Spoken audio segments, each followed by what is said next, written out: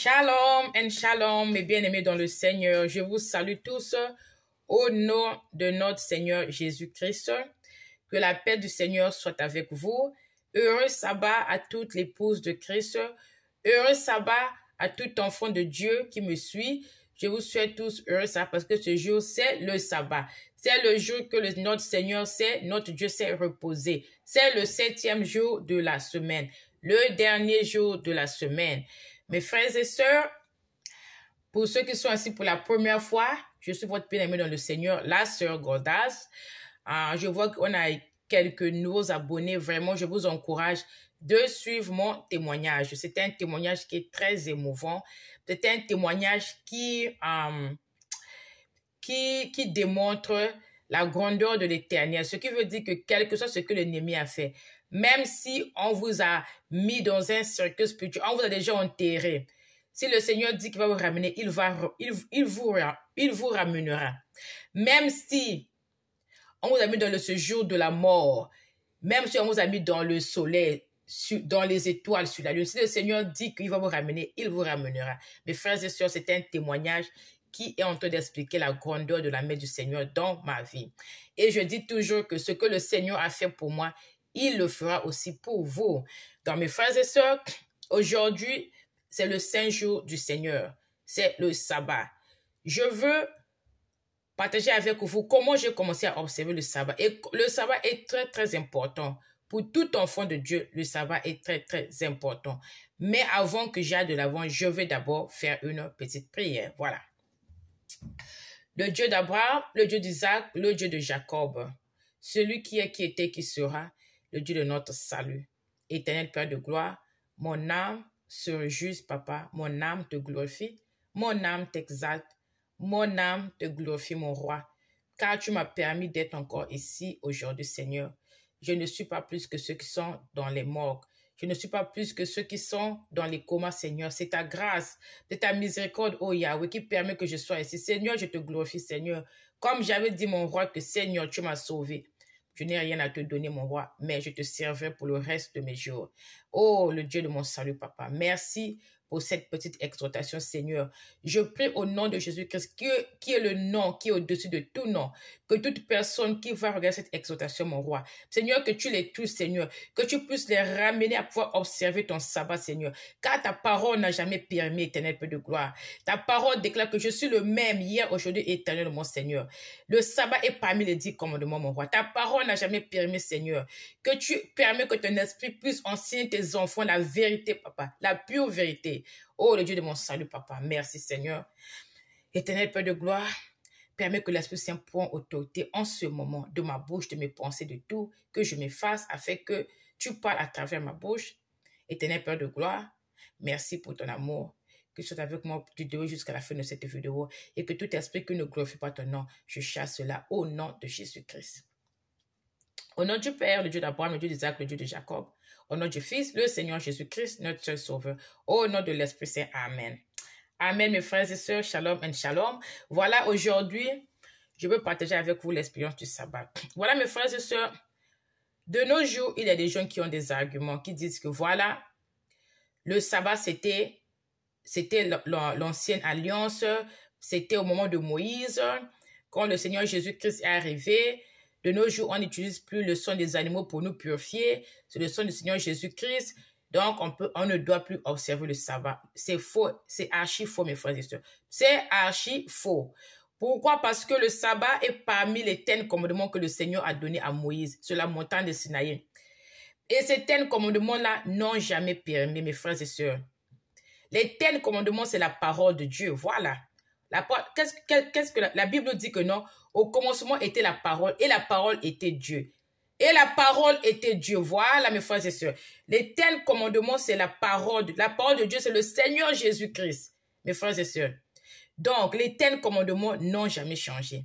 Bien que c'était donné à l'époque de Moïse, ces commandements seront toujours valides jusqu'à l'arrivée de notre Seigneur Jésus-Christ. Avant que j'aille de l'avant, allons dans le livre de Genèse. Le livre de Genèse, chapitre 2, verset 2.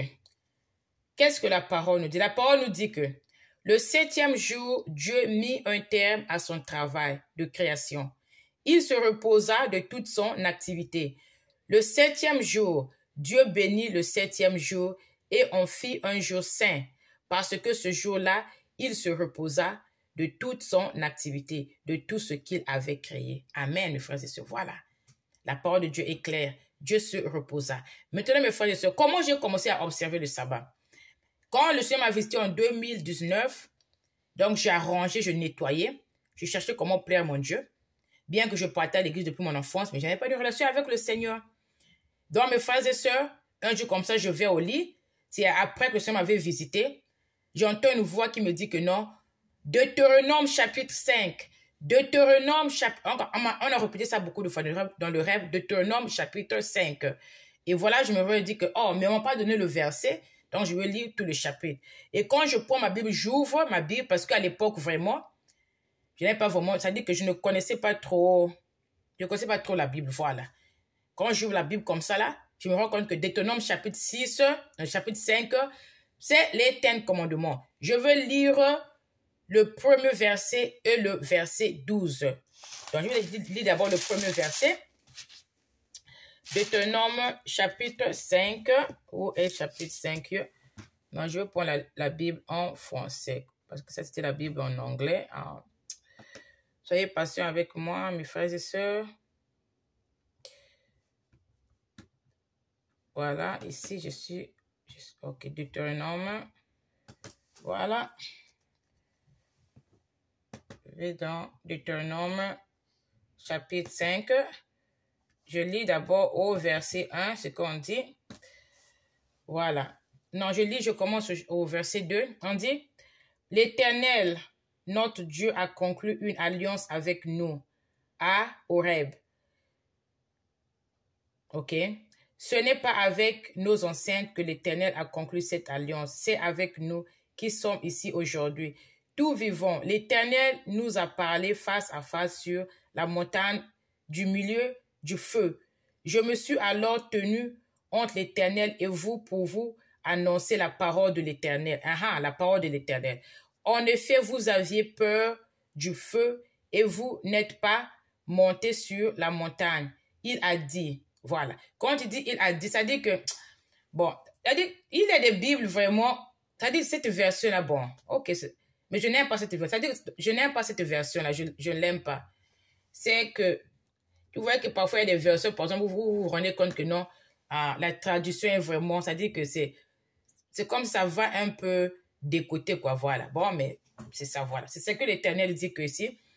Moïse dit aux enfants d'Israël que là, c'est vraiment le temps quand Moïse était parti sur la montagne de Sinaï et l'Éternel des armées lui donne les 10 commandements. L'Éternel des armées vient pour lui donner pour donner aux enfants d'Israël les 10 commandements qu'il avait reçus. Et on voit ici que non, c'est quand ils sont sortis du pays de l'esclavage de l'Égypte, que le Seigneur dit que non, voilà que je t'ai enlevé du pays de l'esclavage. Voilà, je veux que tu marches comme ça, ceci, cela. On va aussi lire à partir du verset 12, pour que vraiment qu'on comprenne vraiment qu'est-ce que le sabbat. Voilà.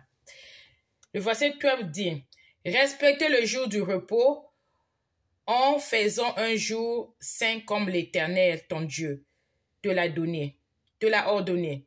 Pendant 6 jours, tu travailleras et tu feras tout ce que tu dois faire. Mais le 7e jour est le jour du repos de l'Éternel, ton Dieu. Tu ne feras aucun travail, ni toi, ni ton fils, ni ta fille, ni ton esclave, ni ta servante, ni ton bœuf, ni ton âne, ni aucune de tes bêtes, ni l'étranger qui habite chez toi, afin que ton esclave et ta servante se reposent comme toi.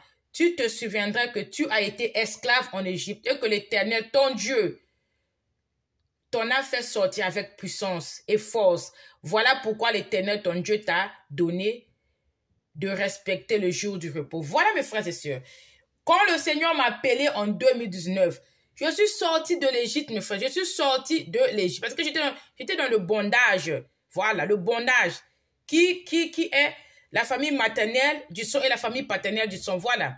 Quand le Seigneur m'a fait sortir du bondage, de tout le gris-gris, des choses bizarres et totaines, quand le Seigneur m'a fait sortir de là, du jour du jour de la veille de la mort, non, du jour Non, c'est comment, non, comment on dit ça en français? Vous m'excusez vraiment le français un peu comment on dit ça en français? Non, voilà, le séjour de mort. Ok, vous m'expliquez. Vous m'excusez, mes frères et sœurs. Quand le Seigneur m'a fait sortir du séjour des morts, mes frères et sœurs, le Seigneur m'a fait sortir de l'Égypte. Voilà. M'a fait sortir de la maison de l'esclavage. Parce que qu'est-ce qui s'est passé vraiment, surtout dans ma famille maternelle, eux, ils étaient en train de m'utiliser pendant la nuit, utiliser mes choses que le Seigneur a mis en moi. Donc le Seigneur m'a fait sortir de la maison de l'esclavage. Et le Seigneur dit que non, je te fais sortir de la maison de l'esclavage. Voilà, je te donne les 10 commandements, observe-les. Et parmi les 10 commandements, il y a le sabbat. Voilà, mes frères et sœurs. Beaucoup d'entre nous, avant qu'on vienne à Christ, nous étions des esclaves. Voilà, nous étions des esclaves du péché. Nous étions des esclaves dans nos familles du sang avant que nous puissions rentrer dans la famille de Christ. Et quand le Seigneur nous appelle, quand le Seigneur nous nettoie, pour ceux qui ont suivi mon témoignage, vous savez bien que moi, quand le Seigneur m'a visité, il m'a nettoyé. Il y avait le sang, il m'a nettoyé avec son sang. Et quand le Seigneur nous nettoie comme ça, le Seigneur veut que nous marchions selon sa conduite, selon ses lois. C'est la même chose avec les enfants d'Israël. Tout enfant de Dieu sur terre, notre histoire est comme l'histoire des enfants d'Israël. Le Seigneur nous fait sortir de la maison de l'esclavage et le Seigneur nous donne des règles. Le Seigneur veut que nous marchions comme nous marchions selon sa volonté. Voilà. Parce que nous ne sommes pas du monde. Quand j'étais dans le monde, je pouvais faire ce que je voulais. Mais comme Dieu m'a appelé, je ne peux plus faire ce que je... Parce que je deviens un enfant de Dieu. Voilà. À moins que si je décide de retourner dans le monde. Parce qu'après que le Seigneur nous appelle, si on continue à faire ce qu'on veut, ça veut dire que on n'est pas du Seigneur. Voilà. On repart dans le monde. Voilà pourquoi, mes frères et sœurs, le sabbat est important. Que personne ne vous trompe pour dire que non, voilà, c'était parmi l'ancien temps. Et aujourd'hui, bon, comme il y a la nouvelle alliance, comme le Seigneur Jésus-Christ est venu, nous sommes maintenant purifiés avec le Seigneur Jésus-Christ. On ne peut plus observer le sabbat. C'est archi faux, mes frères et sœurs.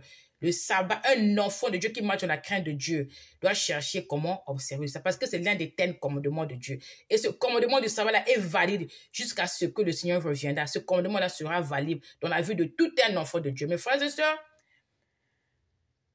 quand une exhortation vient comme ça là, ne doutez pas. Allez, agenouillez-vous, demandez, dites, Seigneur, est-ce qu'il faut que j'observe le sabbat? Et je vous garantis, 100% le Seigneur vous dit que non, oui, c'est mes commandements, vous devez observer le sabbat. Et mes frères et sœurs, je vous dis que vraiment, tous les travaux que moi j'ai travaillé, que je suis en train de travailler, je ne travaille pas le samedi, voilà. Parce que quand j'avais reçu ce chapitre-là, Deutéronome chapitre 5, j'ai dit, Seigneur, j'ai dit, donc, je vais aussi commencer à observer le sabbat, parce que c'est parmi les commandements. Et à partir de cela, mes frères et sœurs, si par exemple je veux appliquer pour un travail, quand on me demande quels sont les jours que tu peux travailler, je dis que je peux travailler pour vous le dimanche même jusqu'à vendredi.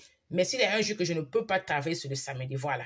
Parce que bon, ici dans les pays de l'Ouest, ici là, le plus souvent, tu travailles 5 jours et tu as 2 jours de repos. Ça dépend. À moins que si tu veux seulement travailler, tu peux dire, parfois tu peux travailler 4 jours si tu veux, mais ça dépend. Mais le plus souvent, c'est de travailler 5 jours pour avoir un peu d'argent, voilà. Et moi, je dis que vraiment, si je veux travailler, c'est-à-dire que si j'ai envie de travailler beaucoup de jours, je peux travailler même 6 jours pour vous. Je dis que je peux travailler même je peux être ici le dimanche pour vous, travailler pour vous, mais il y a un jour que je ne peux pas travailler, c'est le samedi. Et le plus souvent, je ne leur donne pas des raisons. Je dis seulement que non, je ne peux pas travailler le samedi, c'est pour des raisons personnelles. Voilà. Et mes frères et sœurs, quand vous dites ça, on respecte cela. Et je dis quand ça vient de vos cœurs, de votre cœur. Si vous êtes dans un travail, si vous remarquez que non, vraiment, le travail que je fais là, je ne peux pas, c'est difficile pour moi pour pouvoir observer le sabbat. Mon patron me met toujours le samedi, mais commencez à prier, demandez à Dieu, jeûnez. Dites, Seigneur, j'ai compris, Seigneur. J'ai compris que en tant que ton enfant, je dois observer le 7e jour, le sabbat, qui est samedi. Seigneur, vraiment, touche le cœur de mon patron afin que je ne travaille plus le samedi. Et quand c'est comme ça, mes frères, prenez les jours de jeûne, priez, afin que vous parlez à votre patron. Vous pouvez dire que non, vraiment, pendant toutes ces années, j'ai travaillé pour vous, je travaille tous les samedis, mais vraiment, il y a beaucoup de changements dans ma vie. Je ne peux plus travailler le samedi pour vous. On vous comprendra. On ne va pas vous en dire que je travaille parce que vous ne travaillez plus le samedi. On vous comprendra, mes frères et sœurs. Si vous faites cela de votre cœur, le Seigneur sera avec vous. Et vous n'allez pas perdre votre travail parce que vous ne travaillez plus le samedi. Et vraiment, aujourd'hui, là, dans les églises, On ne nous prêche pas. On nous prêche pas. Ça, c'est la vraie parole. Ça, c'est la parole qui est pure. Et les enfants de Dieu, il y a des enfants de Dieu vraiment qui ont soif, vraiment, qui ont soif, qui veulent vraiment écouter, qui veulent vraiment écouter la vraie parole. Pas seulement, vous allez être bénis, le mariage, le voyage, vous allez écouter la vraie parole. Mais les pasteurs, beaucoup de pasteurs ne nous prêchent pas la vraie parole, vraiment. Ça, là, c'est la vraie parole. Le sabbat, mes frères et sœurs, c'est important. C'est important. Nous devons nous reposer le sabbat pendant le 7e jour. Parce que ici, on voit que non, la raison pour laquelle nous allons à l'église le dimanche, c'est l'ennemi. L'ennemi veut toujours bouleverser les choses, faire les choses à sa manière. Le dimanche, c'est par rapport au calendrier romain, mes frères et sœurs. Le vrai calendrier que Dieu a donné, c'est le calendrier qu'il a donné aux enfants d'Israël. Le calendrier qu'il a donné aux Hébreux, samedi, c'est le dernier jour de la semaine. Samedi, c'est le jour du repos que nous devons être dans nos maisons. Nous devons normalement prier. Hein? Par exemple, moi, dans mon cas, le samedi, je jeûne. Comme c'est le jour du Seigneur, je dis, Seigneur, je te glorifie en jeûnant. Je jeûne le samedi. Et quand il est 18 h, je commence mon jeûne à partir de minuit. À partir de minuit, je ne peux plus rien mettre dans ma bouche. Et je vais toute la journée le samedi. Et après, à 18 h, je fais ma prière et je mange. Voilà. Donc, mes frères et sœurs, vraiment, qu'on ne vous ment pas.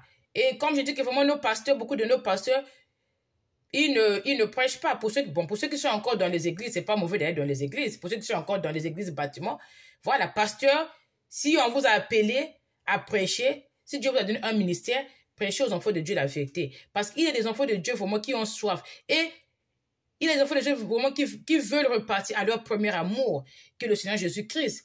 Mais du fait qu'on ne leur prêche pas la vérité, vraiment, c'est difficile.